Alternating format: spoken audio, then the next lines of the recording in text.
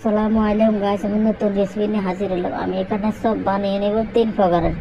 বেসন নিয়ে নিলাম, হলুদ গুঁড়া দিলাম, মরিচ গুঁড়া দিলাম, লবণ দিলাম, আদা রসুন দিলাম, দিয়ে সব উপকরণ রেখে দিলাম। দিয়ে এখন আমার নতুন করে আমি চাউল গুঁড়া দিয়ে দিলাম আধা কাপ, দিয়ে দিলাম 2 চামচ কর্নফ্লাওয়ার, দিয়ে দিলাম আধা চামচ কম বেকিং সোডা, দিয়ে চামচ দিয়ে সবগুলো মিনিট করে নিলাম। দিয়ে দিলাম সয়াবিন তেল।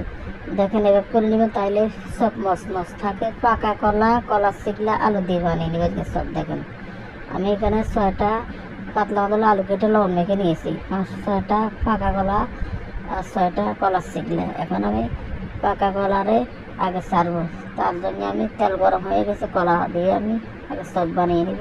এই তেলে ছাড়তে আসি 6টা ছাড়লাম পাকা কলার সব। আপনারা এবার বানিয়ে নেবেন। দেখেন এখন তো বানিয়ে নিন, অনেক মজাদার, খেতে অনেক সুস্বাদু।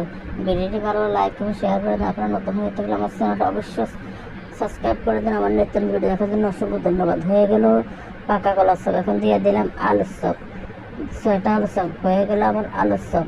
আলুর চপ বানানোর পরে দিয়ে দেবেন কলার শিগলার চপ। এখন 6টা কলার শিগলা আমি কেটে নিয়েছি, দেখেন এই যে। আপনারা এবার করে কেটে নেবেন।